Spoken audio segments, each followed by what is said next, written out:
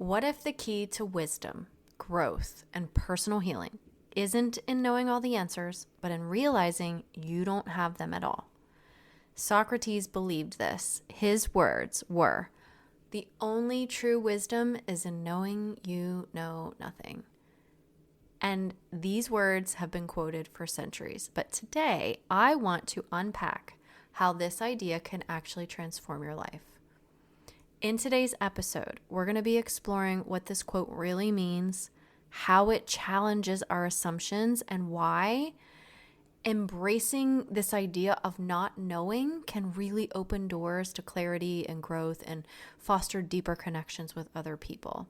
And I'm going to share some of my own humbling stories about when I thought I had all the answers. Spoiler alert, I didn't. So let's dive in. So what did Socrates mean? He wasn't saying that we should strive for ignorance, which some people could interpret that quote as. He was saying that true wisdom comes from recognizing the limits of our knowledge and understanding. And it's really about humility and recognizing that there's always more to learn and that certainty can be a barrier to our growth. So I want to share a story with you. I remember this was probably about a year and a half ago. My dishwasher was not draining. And my 12 or 13-year-old, I think he was probably 12 at the time, son, I bring him in. We get the shop vac out, and I'm sucking up all the water out of the bottom of the dishwasher, trying to figure out if there's a clog or whatever that might be. And we'd spent a lot of time trying to fix it. And I'd never dealt with this kind of thing before. I dealt with other things, but never this specifically. But I thought, oh my gosh, how hard can it be? I can figure it out. We'll get the drain unclogged.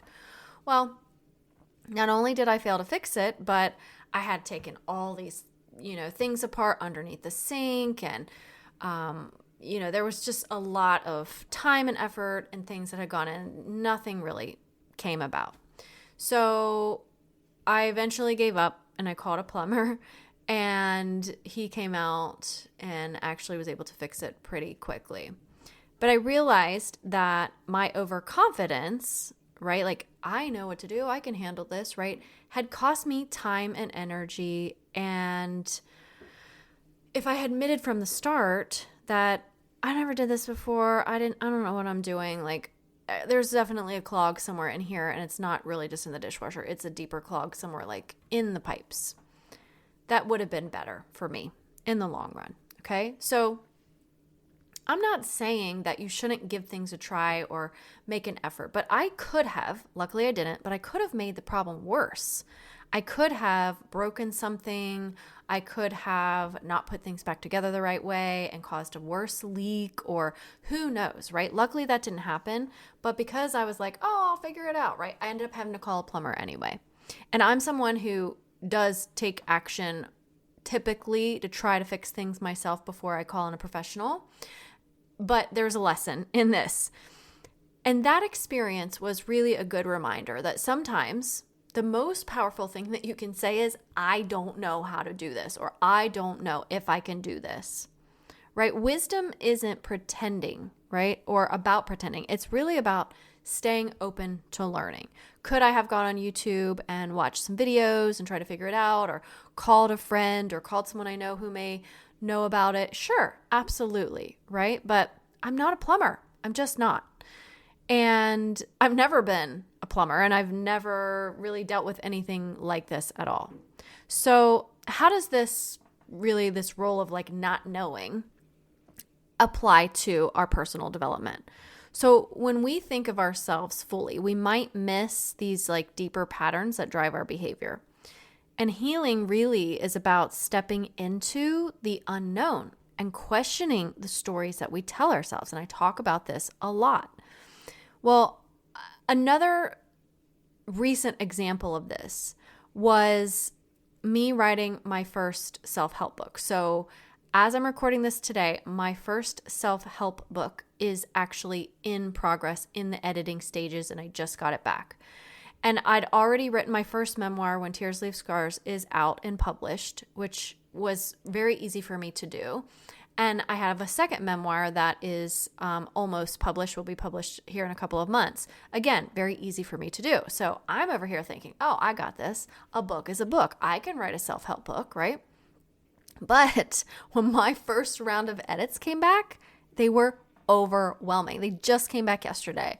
There were so many comments, there were suggestions, rewrites, and my editor is fantastic. And she's like, you don't have to take my advice. But I'm like, hello, I'm going to take your advice because obviously this needs work.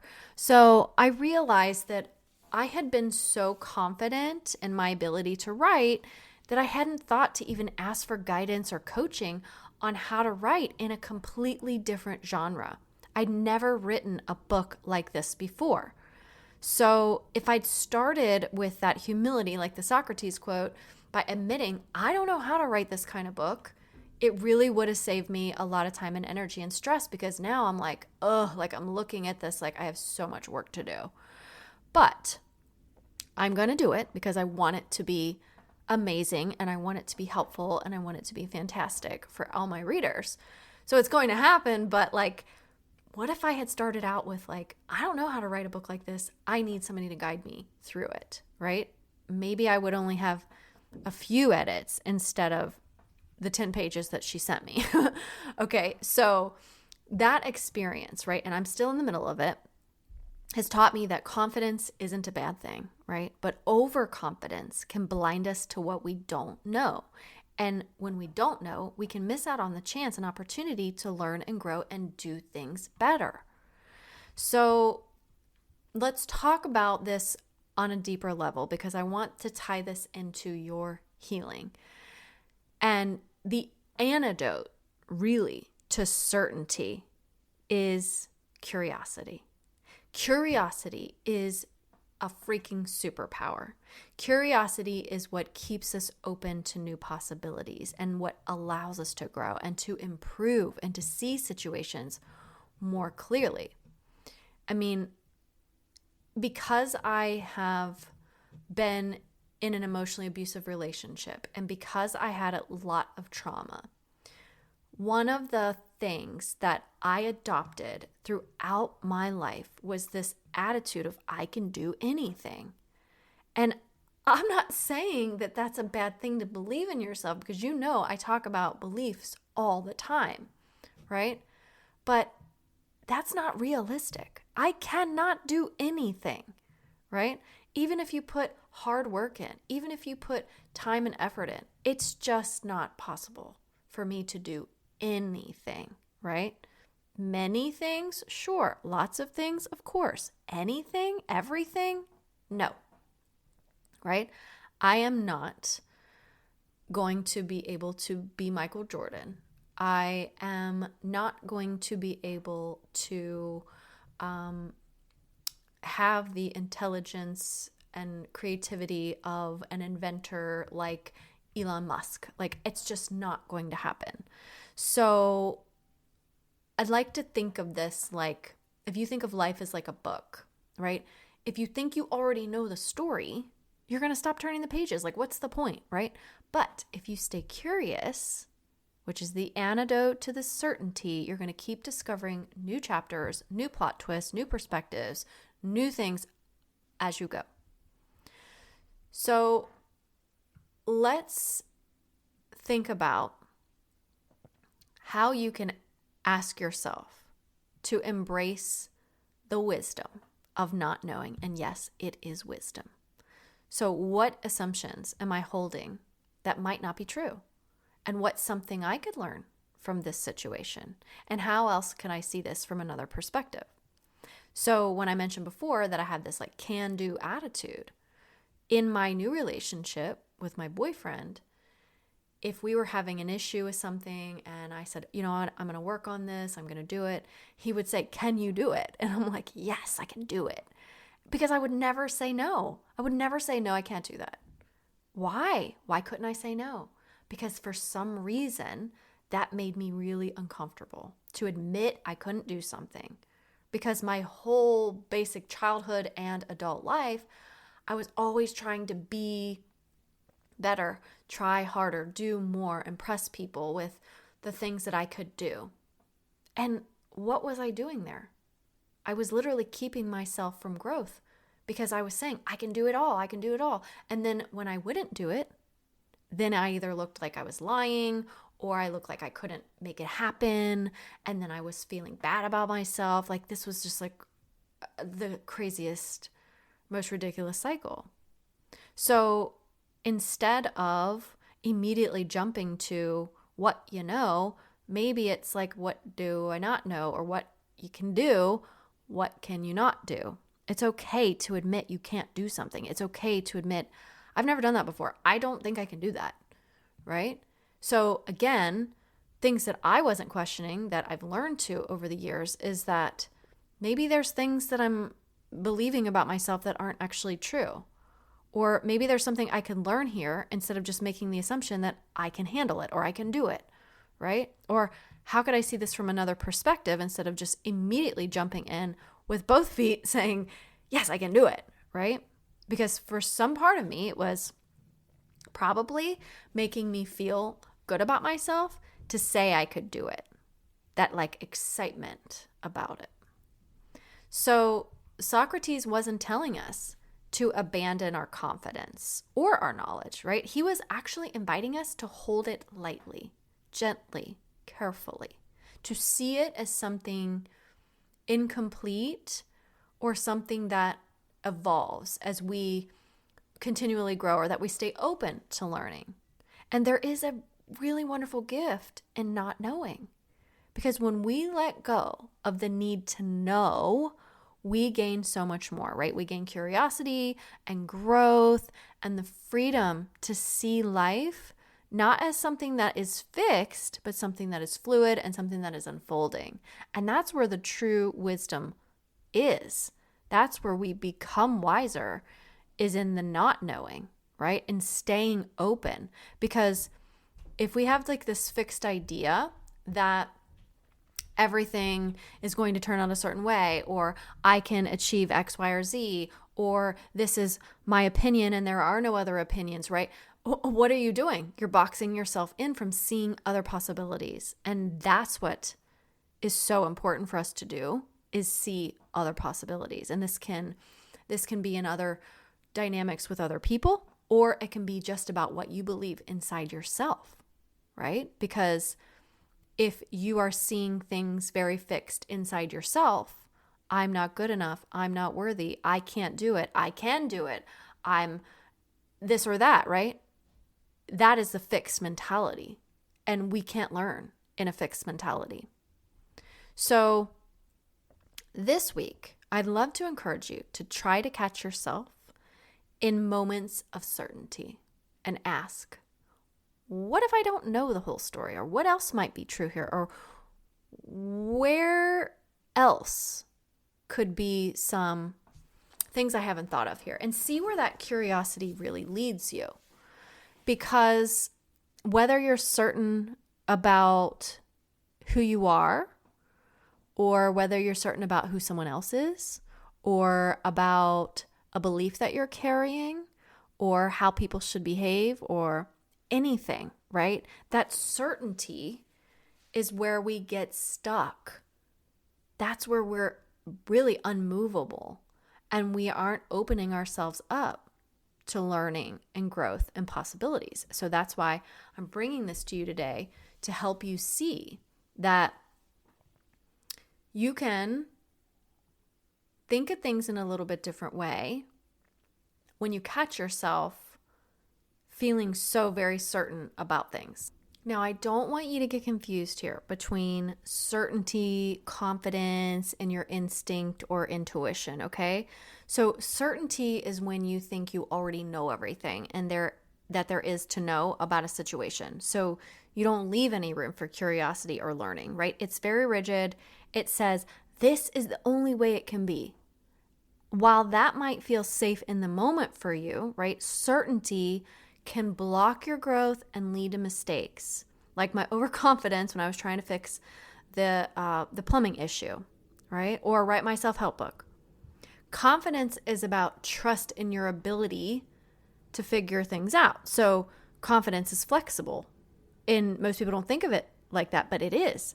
It's not about knowing everything up front. It's about trusting yourself to handle what might come your way, right? True confidence says something like, I might not know all the answers, but I trust that I can learn, I can adapt, I can find solutions, I can be open, I can approach things with a different mindset. And this kind of confidence is really grounded in humility and curiosity and not arrogance. Now, your instinct and your intuition come from a different place within you.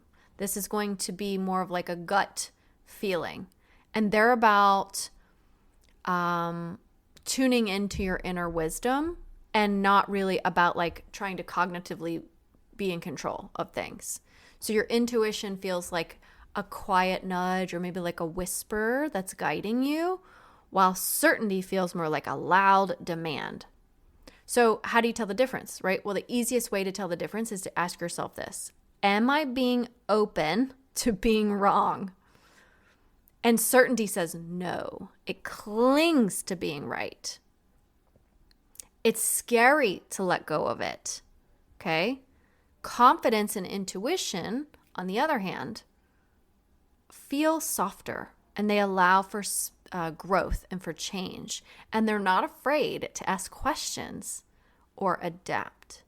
And I've felt this before too, where I've shifted in the middle of like a conversation or something with someone where they have an opinion, and I'm like, no, right? That's my certainty. It's, I want to be right, clinging to it. But maybe if that person says something that starts to shift something in me, or maybe I say, I haven't really been open to exploring this or looking at it from a different perspective, right? When that shift happens, the fear goes away, and then you feel more confident in asking questions or adapting. So I want to just say finally that it's okay to trust your intuition and move forward with confidence, but also stay open to the possibility that you might not have all the answers, because true wisdom is holding space for both of these things together, trusting yourself while staying curious and willing to learn. Okay, so just as a quick recap, we explored today that wonderful Socrates quote that the only true wisdom is in knowing you know nothing, which is one of my favorite quotes.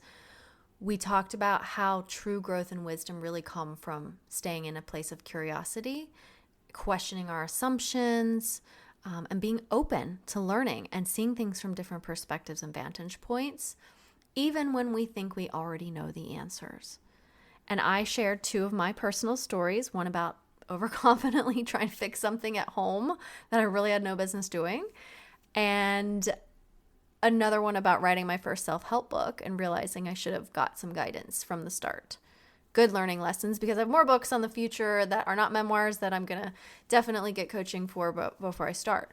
But both of these things taught me that overconfidence and certainty can really hold us back from growth and healing, while humility and curiosity allow it to unfold. So I clarified, just as a reminder, the difference between certainty, confidence, and intuition, right? Certainty clings to being right and can block our learning. Confidence trusts in your ability to figure things out, but intuition comes from a deeper inner place. So ultimately, embracing what you don't know can lead to clarity, better decisions, and more fulfilling journey as you grow and heal. And just as Socrates reminds us, that first step toward wisdom is admitting that we don't have all the answers, and that is where the real magic happens. If this episode has resonated with you or been helpful to you, I would love to hear from you on Instagram or Facebook. Please share it with others and use this as a tool in your tool belt to help you on your healing journey. Thanks for being here, and I'll talk to you next week.